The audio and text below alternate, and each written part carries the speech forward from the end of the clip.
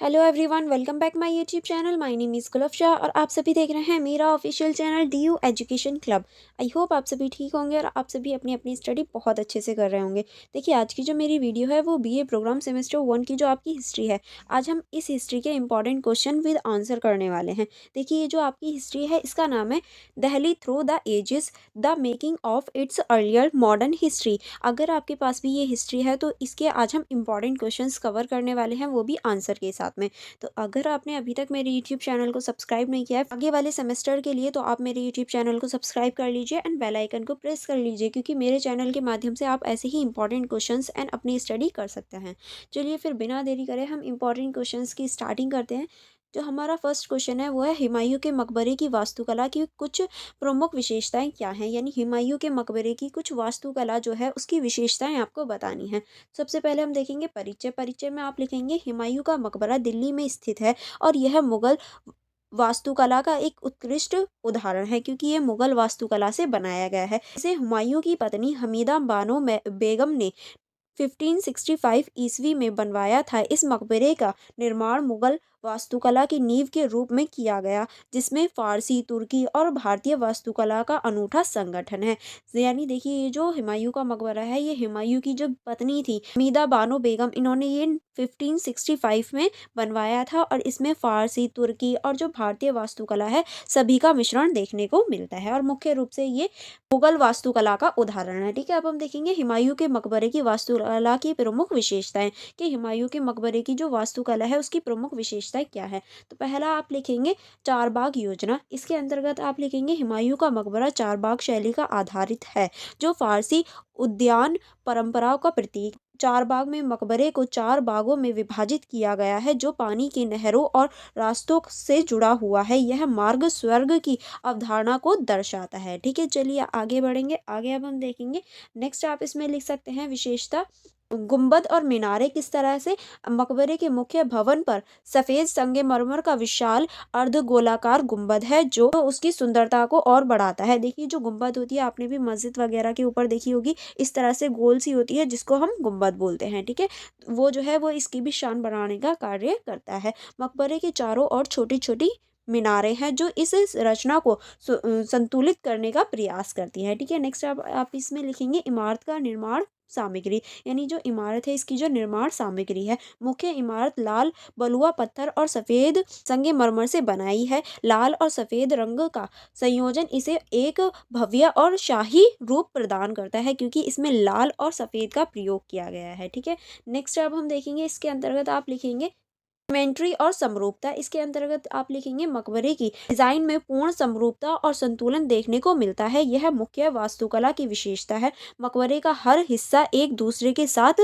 सामंजस्य है, यानी जो मकबरे का हर हिस्सा एक दूसरे के साथ में जुड़ा हुआ है। ठीक है, नेक्स्ट आप इसमें लिखेंगे गुलदस्ते और जालियां। इसके अंतर्गत आप लिखेंगे मकबरे में जालीदार खिड़कियां और गुलदस्तों का उपयोग किया गया है, जो प्रकाश और वायु के प्रवाह को नियंत्रित करती है। इन पर जटिल नकाशी है जो कला और शिल्प कौशल का प्रमाण है, क्योंकि इन पर जो नकाशी की गई है वो कला और कौशल का एक प्रमाण प्रस्तुत करती है, क्योंकि बहुत सुंदर तरीके से इन पर कला और जो शिल्प है उसको किया गया है। नेक्स्ट आप इसमें लिखेंगे प्लेटफॉर्म और ऊंचाई। किस तरह से मकबरा एक ऊंची चबूतरे पर बनाया गया है, जिससे यह दूरी से ही प्रभावशाली दिखता है। ऊंचाई का यह प्रभाव संहिता का प्रतीक है, क्योंकि अगर इसे ऊंचाई पे बनाया जाएगा या ऊंचाई पे बनाया गया है तो ये दूर से ही दिख जाता है। ठीक है, नेक्स्ट आप इसमें लिखिए पानी के नहरों का नेटवर्क। किस तरह से पानी की जो नहरें हैं उनका किस तरह से नेटवर्क है। इसके अंतर्गत आप लिखेंगे मकबरे के चारों ओर पानी की नहरों और फुवारों का जाल बिछा हुआ है। यह नहरें बाग और मकबरे की भव्यता को बढ़ाती हैं, क्योंकि ये जो बाग हैं और जो नहरें हैं वो जो मकबरा है उसकी जो खूबसूरती है उसको और बढ़ाने का कार्य करती हैं। नेक्स्ट अब हम देखेंगे संगीतात्मक आभास। किस तरह से मकबरे की वास्तुकला में एक संगीतात्मक लय है जो इसके संरचनात्मक अनुपात और डिजाइन में महसूस की जा सकती है, यानी ऐसा लगता है कि इसकी जो डिजाइन है और जो इसकी संरचना है, अनुपात है, उसमें एक लय की तरह प्रतीत होता है, जो कि हमें संगीत की तरह दिखाई देता है। ठीक है, अब हम देखेंगे नेक्स्ट प्रेरणा और प्रभाव। इसके अंतर्गत आप लिखेंगे हुमायूं का मकबरा ताजमहल और अन्य मुगल इमारतों के लिए प्रेरणा का स्रोत है। इसकी वास्तुकला में फारसी और इस्लामी शैली का प्रभाव प्रभाव स्पष्ट रूप से झलकता है। ठीक है, अब हम देखेंगे इस क्वेश्चन का निष्कर्ष। निष्कर्ष में आप लिख सकते हैं, हुमायूं का मकबरा भारतीय उपमहाद्वीप में मुगल वास्तुकला का पहला प्रमुख उदाहरण है। ठीक है, यह न केवल एक शाही मकबरा है बल्कि बल्कि कला, वास्तुकला और इतिहास का अद्भुत मिश्रण है। इसकी चारबाग योजना, गुंबद और समरूपता इसे विश्व धरोहर स्थलों में से एक बनाती है। यह मकबरा केवल एक ऐतिहासिक इमारत नहीं है बल्कि मुगल कला और संस्कृति का भी प्रतीक है। इसी वजह से ये विश्व धरोहर में से एक है, क्योंकि जो हुमायूं का मकबरा है उसे विश्व धरोहर माना गया है। ठीक है, नेक्स्ट क्वेश्चन की तरफ चलेंगे। नेक्स्ट क्वेश्चन है हमारा, दिल्ली के इतिहास के अध्ययन में अशोक के शिलालेखों के ऐतिहासिक महत्व को वर्णन कीजिए। यानी जो दिल्ली का इतिहास है, जब हम उसे पढ़ते हैं तो अशोक के शिलालेख जो है वो किस तरह से महत्वपूर्ण भूमिका निभाते हैं, इसका परिचय देख लेते हैं। दिल्ली के इतिहास में अशोक के शिलालेखों का महत्वपूर्ण स्थान है, क्योंकि यह शिलालेख न केवल मौर्य साम्राज्य के प्रशासन और नीतियों को समझने में मदद करते हैं बल्कि ये क्षेत्रीय इतिहास को भी उजागर करते हैं। दिल्ली के महरौली क्षेत्र में स्थित अशोक का शिलालेख, जैसे लौह स्तंभ भी कहा जाता है, मौर्य साम्राज्य की व्यापकता और प्रशासनिक दक्षता का प्रतीक है, जिसे लोहा स्तंभ कहा जाता है, आपने सुना होगा, जो कि मौर्य साम्राज्य का एक तरीके से प्रतीक के रूप में देखा जा सकता है। ठीक है, चलिए आगे बढ़ेंगे। आगे अब हम देखेंगे अशोक के शिलालेखों का ऐतिहासिक महत्व। पहला आप इसमें लिखेंगे धम्म प्रचार और नीति निर्देश। इसके अंतर्गत आप लिखेंगे, अशोक ने अपने शिलालेखों के माध्यम से धम्म यानी धर्म का प्रचार किया, जो सह अस्तित्व, करुणा और अहिंसा पर आधारित था। दिल्ली का शिलालेख अशोक की इन नीतियों का प्रमाण है और मौर्य शासन की धर्मनिरपेक्षता को दर्शाता है। ठीक है, नेक्स्ट अब हम देखेंगे भाषा और लिपियों का प्रमाण। इसके अंतर्गत चलिए देख लेते हैं। इसके अंतर्गत आप लिख सकते हैं, अशोक का शिलालेख प्राचीन ब्राह्मी लिपि में लिखा गया, जो भारत की प्राचीन भाषा और लेखन प्रणाली को समझाने का स्रोत है। यह शिलालेख न केवल मौर्यकालीन भाषा का ज्ञान देता है बल्कि इस समय की सांस्कृतिक और प्रशासनिक प्रक्रिया को भी दर्शाता है। ठीक है, अब हम आगे चलेंगे। आगे अब हम देखेंगे राजनीतिक और प्रशासनिक प्रभाव। इसके अंतर्गत आप लिख लेंगे, शिलालेख यह दर्शाते हैं कि अशोक ने अपने साम्राज्य को कितनी कुशलता से संगठित किया, क्योंकि अशोक जो थे वो बहुत ज़्यादा कुशल राजा थे। यह दिल्ली और इसके आसपास के क्षेत्रों को मौर्य शासन के प्रभाव और उसकी प्रशासनिक तंत्र को प्रमाणित करते हैं। ठीक है, चलिए आगे बढ़ेंगे। आगे अब हम देखेंगे धार्मिक सहिष्णुता। धार्मिक सहिष्णुता किस तरह से, इसके अंतर्गत आप लिख सकते हैं, शिलालेखों में विभिन्न धर्मों और मतों के प्रति सहिष्णुता का उल्लेख मिलता है। यह मौर्य काल में धार्मिक बहुलता और समन्वय की प्रकृति को दर्शाता है। ठीक है, अब हम देखेंगे तकनीकी और वैज्ञानिक कौशल।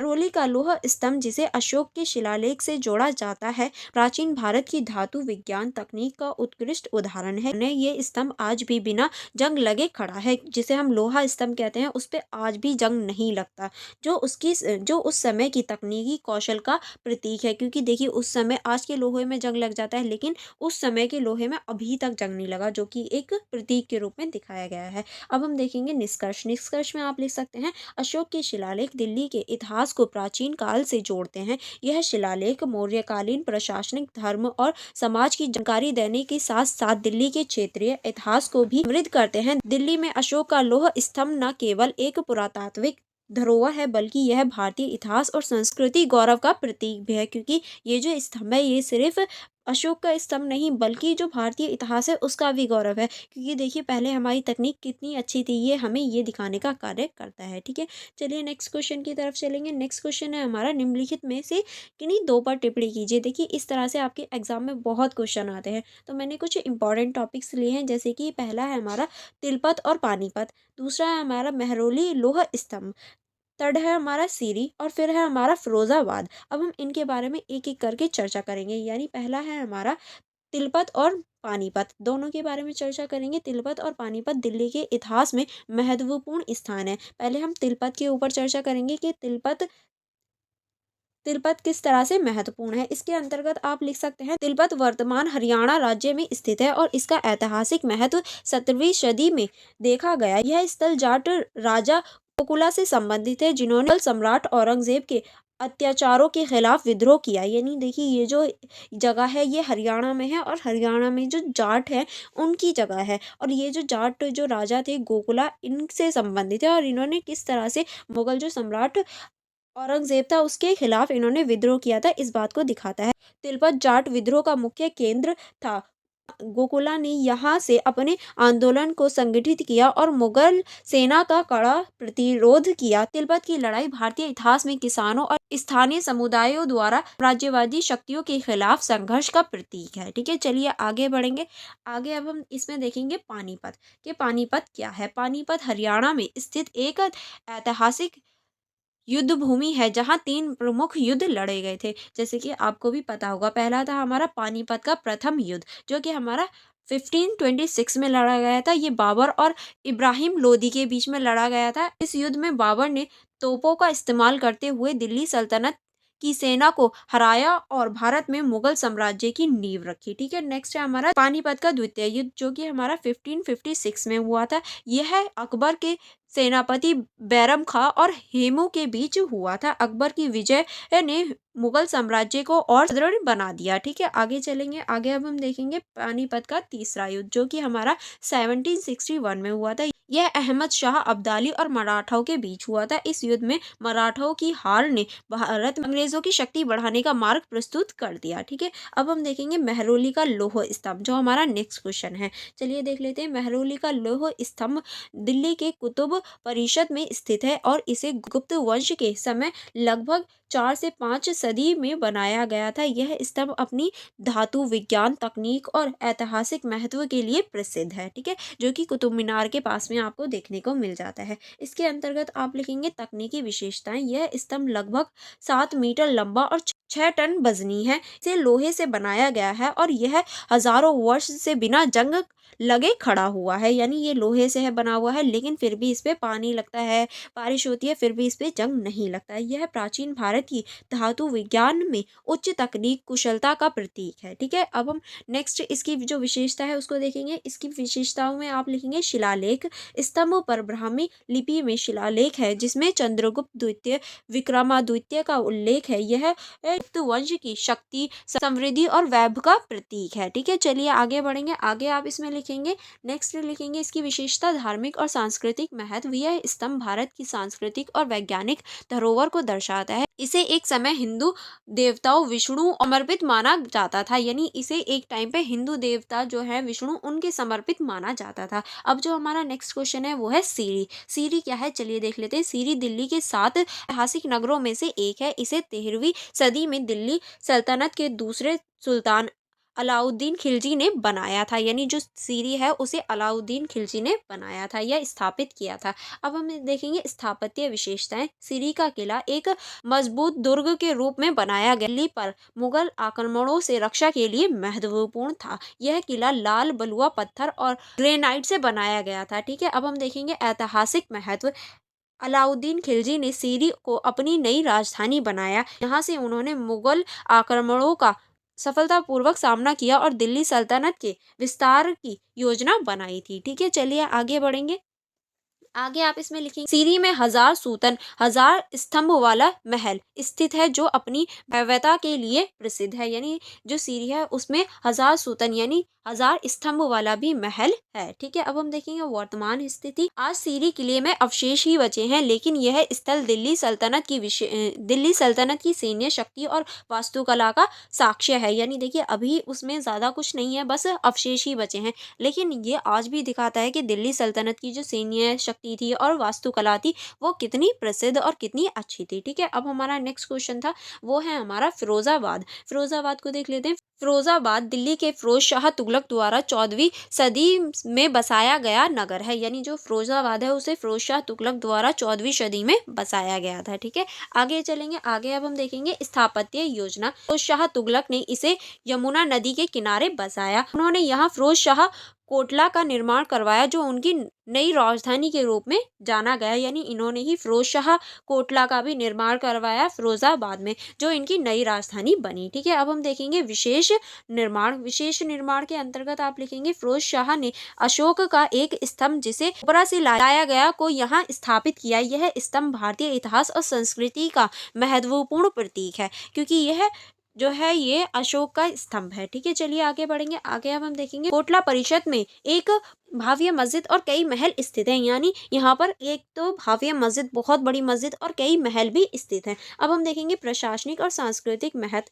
फिरोजाबाद में तुगलक प्रशासन का केंद्र था। नगर तुगलक वास्तुकला और उसके शासन की नीतियों को समझने का प्रमुख स्रोत है। ठीक है, अब ये जो है ये इसकी जो शासन है उसकी जो नीतियां हैं उनको समझने का प्रमुख स्रोत भी है। अब हम देखेंगे वर्तमान स्थिति। आज फिरोजशाह कोटला के अवशेष देखे जा सकते हैं जो तुगलक शासन की महानता को दर्शाता है। यानी आज जो वर्तमान की स्थिति है यहाँ इसके अवशेष देखे जा सकते हैं जो कि फिरोजशाह तुगलक जो महान शासक था उसको दिखाने का प्रयास करते हैं। अब हम देखेंगे निष्कर्ष।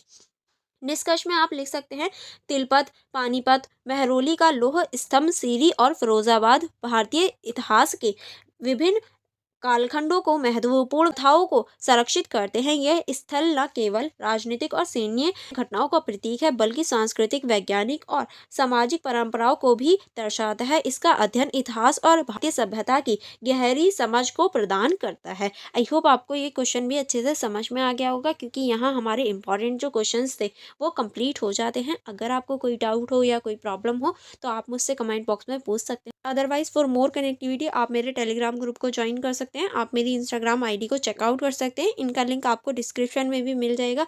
एंड अगर आप इन सभी नोट्स की सेल्फ स्टडी करना चाहते तो आप मेरे यूट्यूब चैनल की मेंबरशिप को ज्वाइन कर लीजिए। मैं आपको नोट्स प्रोवाइड करवा दूंगी, आप मुझे टेलीग्राम पर मैसेज कर देना। चलिए फिर हम मिलेंगे नेक्स्ट वीडियो में। आप मेरी वीडियो को लाइक करना एंड अपने फ्रेंड्स के साथ शेयर करना मत भूलिएगा। Thank you for watching everyone.